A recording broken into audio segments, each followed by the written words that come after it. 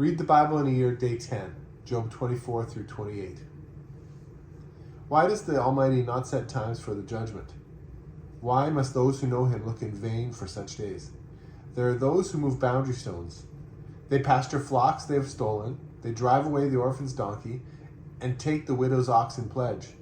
They thrust the needy from the path and force all the poor of the land into hiding.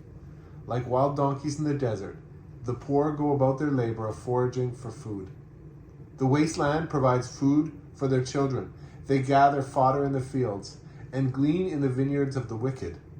Lacking clothes, they spend the night naked. They have nothing to cover themselves in the cold. They're drenched by mountain rains and hug the rocks for lack of shelter. The fatherless child is snatched from the breast. The infant of the poor is seized for a debt. Lacking clothes, they go about naked. They carry the sheaves but still go hungry. They crush olives among the terraces. They tread the wine presses, yet suffer thirst. The groans of the dying rise from the city, and the souls of the wounded cry out for help. But God charges no one with wrongdoing. There are those who rebel against the light, who do not know its ways, or stay in its paths. When daylight is gone, the murderer rises up, kills the poor and the needy, and in the night steals forth like a thief. The eye of the adulterer watches for dusk. He thinks, no eye will see me. And he keeps his face concealed. In the dark, thieves break into houses, but day by day they shut themselves in. They want nothing to do with the light. For all of them, midnight is their morning. They make friends with the terrors of darkness, yet they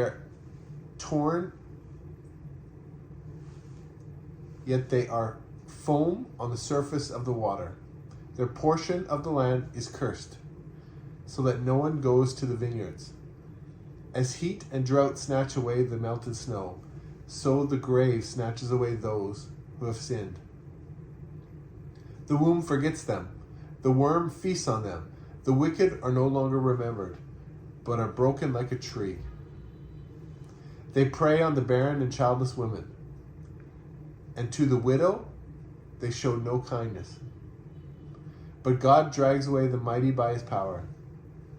Though they become established, they have no assurance of life. He may let them rest in a feeling of security, but his eyes are on their ways.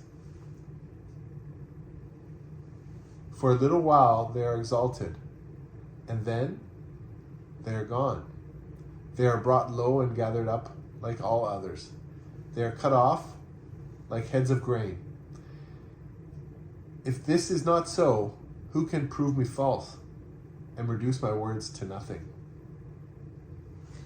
Job 25. Then Bildad the Shuhite replied, Dominion and awe belong to God. He establishes order in the heights of heaven. Can his forces be numbered? On whom does his light not rise? How then can a mortal be righteous before God? How can one born of woman be pure? If even the moon is not bright, and the stars are not pure in his eyes, how much less a mortal who is but a maggot, a human being who is only a worm.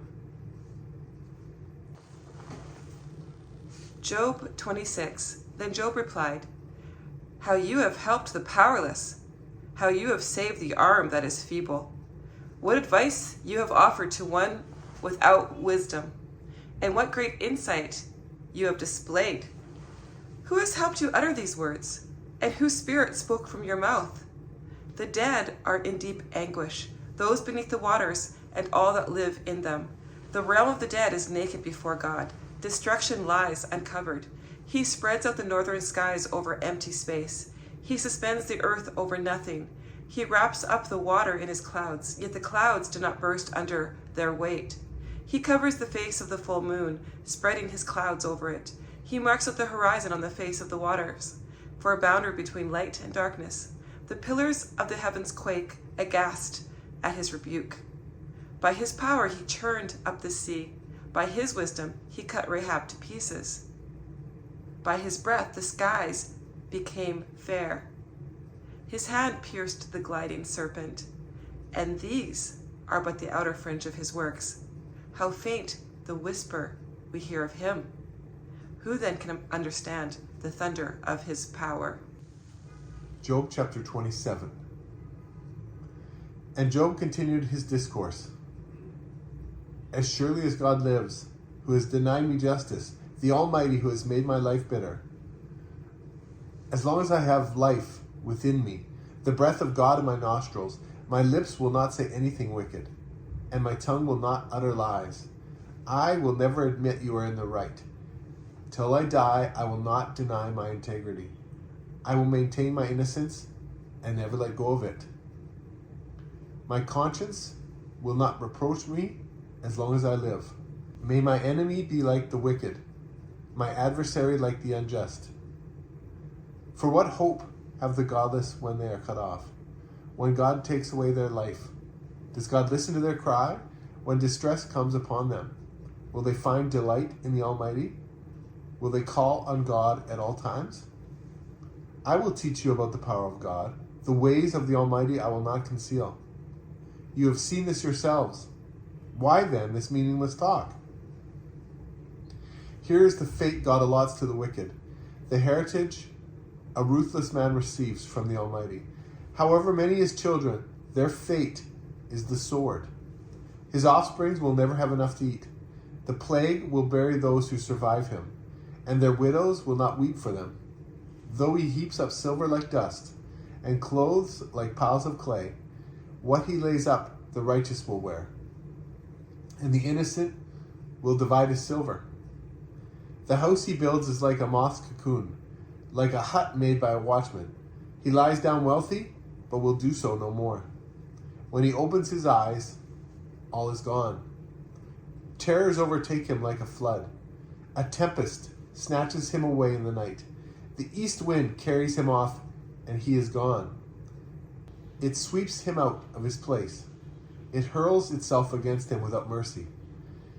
As he flees headlong from its power, it claps its hands in derision and hisses him out of his place. Job 28. There is a mine for silver and a place where gold is refined. Iron is taken from the earth, and copper is smelted from ore. Mortals put an end to the darkness. They search out the furthest recesses for ore in the blackest darkness. Far from human dwellings they cut a shaft in places untouched by human feet. Far from other people they dangle and sway. The earth from which food comes is transformed below as by fire. Lapis lazuli comes from its rocks, and its dust contains nuggets of gold. No bird of prey knows that hidden path. No falcon's eye has seen it. Proud beasts do not set foot on it, and no lion prowls there. People assault the flinty rock with their hands, and lay bare the roots of the mountains. They tunnel through the rock. Their eyes see all its treasures. They search the sources of the rivers, and bring hidden things to light. But where can wisdom be found? Where does understanding dwell? No mortal comprehends its worth. It cannot be found in the land of the living. The deep say, it is not in me. The sea says, it is not with me.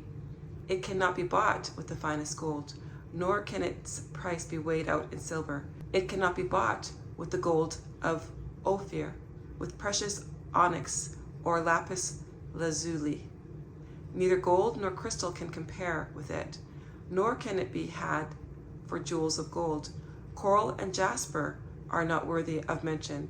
The price of wisdom is beyond rubies. The topaz of Cush cannot compare with it.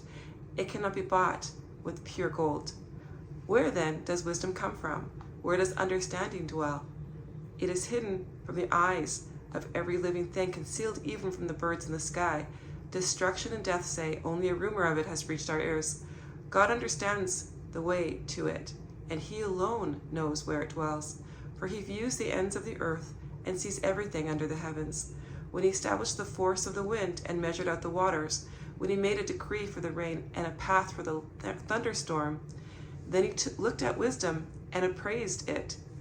He confirmed it and tested it. And he said to the human race, the fear of the Lord, that is wisdom, and to shun evil is understanding. I think Job just finally put his foot down and said to his friends, enough for this. I know God, I trust him, and I'm going to stick with him.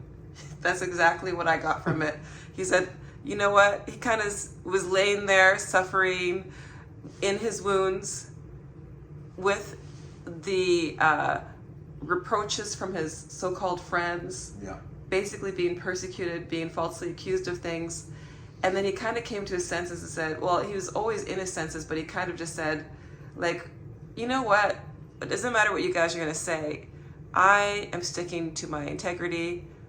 I have a conscience. I'm listening to my conscience. I'm following God. I will never deny God.